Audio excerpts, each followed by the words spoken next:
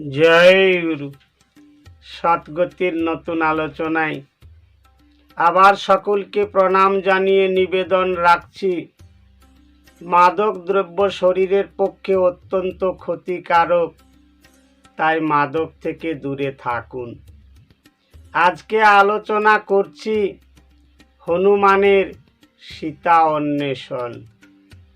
হনুমান লঙ্কাপুরীতে প্রবেশ করে চামুণ্ডাকে এক চড়ে লঙ্কা থেকে কৈলাসে পাঠিয়ে দিলেন। এরপরে হনুমান সমস্ত লঙ্কাপুরীতে তন্ন তন্ন করে কোথায় সীতা দেবী আছেন তা যেন খুঁজতে শুরু করলেন, অন্বেষণ করতে লাগলেন। হনুমান লঙ্কার গড়ের মধ্যে প্রবেশ করলেন। দেখতে পেলেন খুব সুন্দরভাবে সাজানো এক অপূর্ব নগরী। যেখানে ফুলের গাছের দরকার সেখানে সারি সারি ফুল গাছ, যেখানে ফলের গাছের দরকার সেখানে অসংখ্য সারি সারি ফলের গাছ। চারিদিকে যেন পাখিয়ে পাখিময়, একটা মধুময়, একটা শান্ত পরিবেশ, বড় সুন্দর জায়গা লঙ্কা। হনুমান যত এগিয়ে যাচ্ছেন ততই আবির্ভূত হচ্ছেন আর ভাবছেন, তাই তো এই লঙ্কাপুরীর মাঝে মা সীতা আমার কোথায় আছেন। ধীরে ধীরে রাবণের কক্ষেও প্রবেশ করলেন।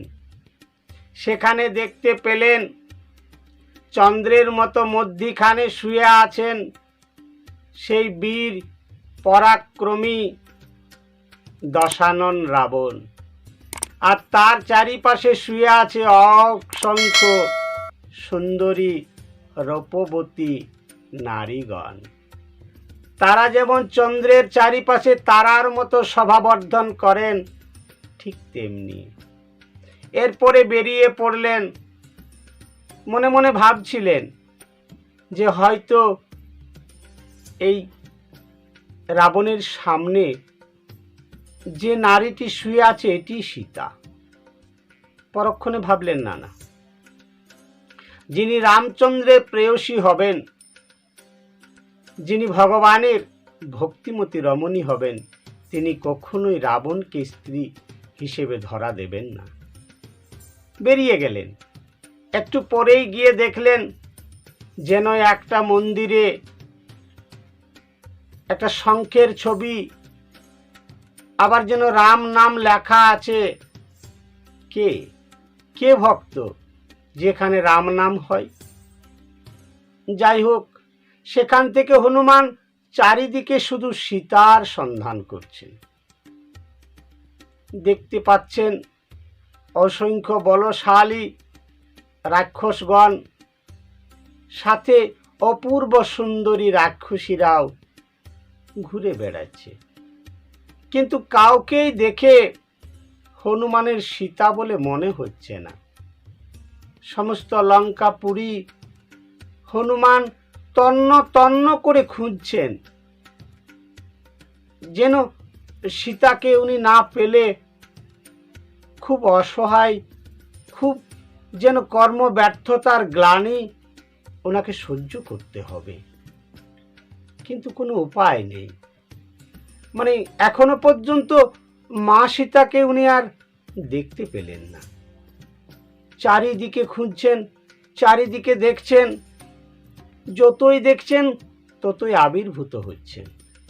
তো এই রাক্ষসীদের মধ্যে সেই অপরূপ রূপ, সৌন্দর্য, লাবণ্য, সীতাকে তো উনি কোনোদিন দেখেননি, কিন্তু সীতার বর্ণনা শুনেছেন। আর সেই বর্ণনা শুনে যেন সেই বর্ণনার সঙ্গে এই রাক্ষসীদের কারোই মিল উনি খুঁজে পাচ্ছেন না। হে ভক্ত সমাজ, হে মানবকুল, হে আমার ভক্তিমতী মায়েরা, দেখুন এই হনুমানের সীতা অন্বেষণ থেকে কি শিক্ষা নেওয়া যায়। সীতা স্বয়ং লক্ষ্মী ঠাকুরানী, যাকে অন্বেষণ করছেন ভক্তরূপী হনুমান। সীতাকে যদি একবার পাই তাহলে তিনি ভগবানকে সন্তুষ্ট করতে পারবেন, ভগবানকে সেবা দিতে পারবেন, ভগবানকে আনন্দ দিতে পারবেন। এখান থেকে শিক্ষা এটাই।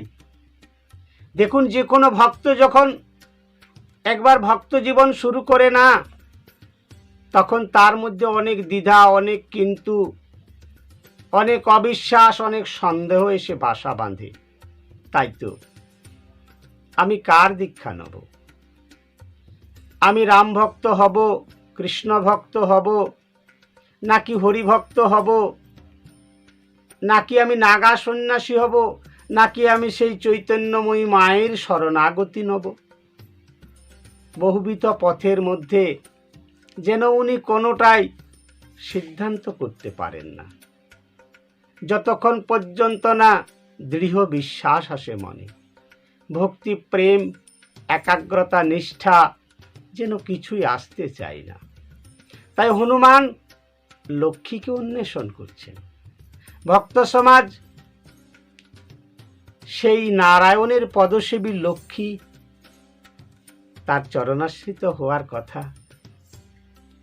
তার মতো করে নারায়ণকে তার মতো করে ভগবানের চরণ সেবা দেওয়ার কথা যখনই ভাবেন না, তখন তার মনের মধ্যে এই হনুমানের সীতা অন্বেষণের মতো মন চঞ্চল হয়ে ওঠে, ছুটতে থাকে, খুঁজতে থাকে, কিন্তু কিছুতেই যেন খুঁজে পাওয়া যায় না। দীর্ঘদিন ধরে ধৈর্য অপেক্ষার অবসান যখন হয়ে যায়, তখন হয়তো একদিন সেই পথটা পরিষ্কার হয়ে যায়। তার জন্য প্রত্যেকটা ভক্তকে ধৈর্য নিয়ে অপেক্ষা করতে হবে, সময়ের জন্য অপেক্ষা করতে হবে, ধৈর্য হারালে চলবে না। হনুমান এগিয়ে চলেছেন, খুঁজেই চলেছেন, উনি ধৈর্য হারান, খুঁজছেন, দেখতে পাচ্ছেন না, প্রভু রামচন্দ্রকে স্মরণ করছেন মনে মনে। যে ভক্তকে দৃঢ় প্রতিজ্ঞ হতে হবে, ধীর স্থির শান্ত হতে হবে, ধৈর্যশীল হতে হবে, তাকে এগিয়ে যেতে হবে। এই শিক্ষা দেওয়ার জন্যেই হনুমানের এই সীতা অন্বেষণ আলোচনাটি করা হলো।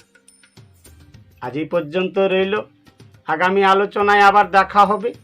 ততক্ষণে সকলেই সুখে থাকুন, শান্তিতে থাকুন, আনন্দে থাকুন, সৎগতির সঙ্গে থাকুন। নমস্কার।